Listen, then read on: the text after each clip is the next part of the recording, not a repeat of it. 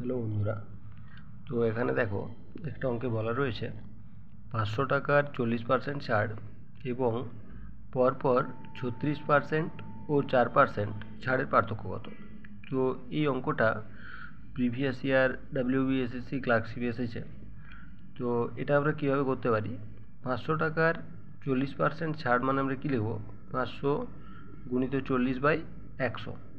তো এটা কীরকমভাবে হলো যে 40% মানে কি জানি যে 100 টাকায় 40 টাকা ছাড়, 100 টাকায় 40 টাকা, 1 টাকায় 40/100 আর 500 টাকায় 40 গুণিত 500/100।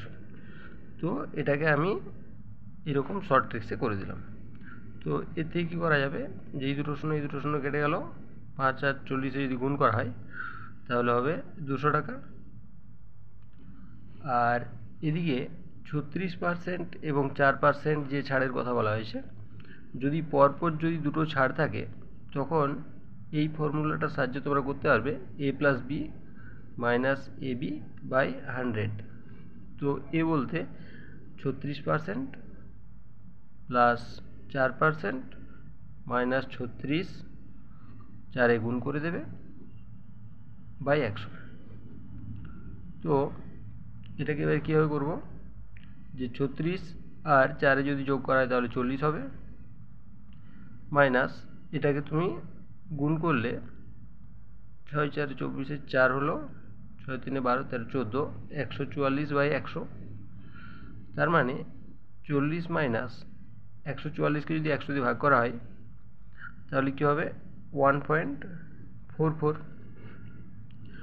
তো এটাকে যদি বিয়োগ করো তাহলে কত হবে, 38.56। তাহলে এই পার্সেন্টেজটা দাঁড়াচ্ছে। তো 38.56% সমান 500 টাকার 38.56% সমান কত টাকা হবে সেটা বের করতে হবে।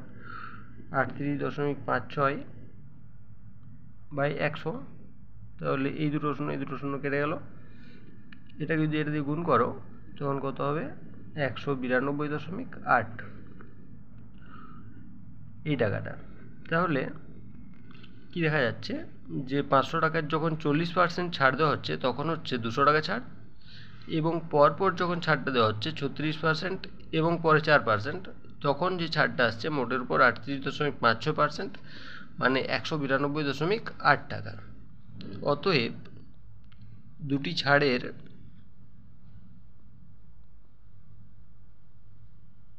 পার্থক্য হবে,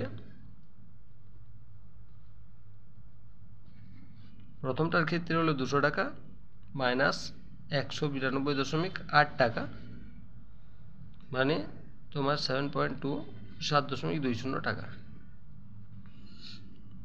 এটাই তোমাদের অ্যান্সার।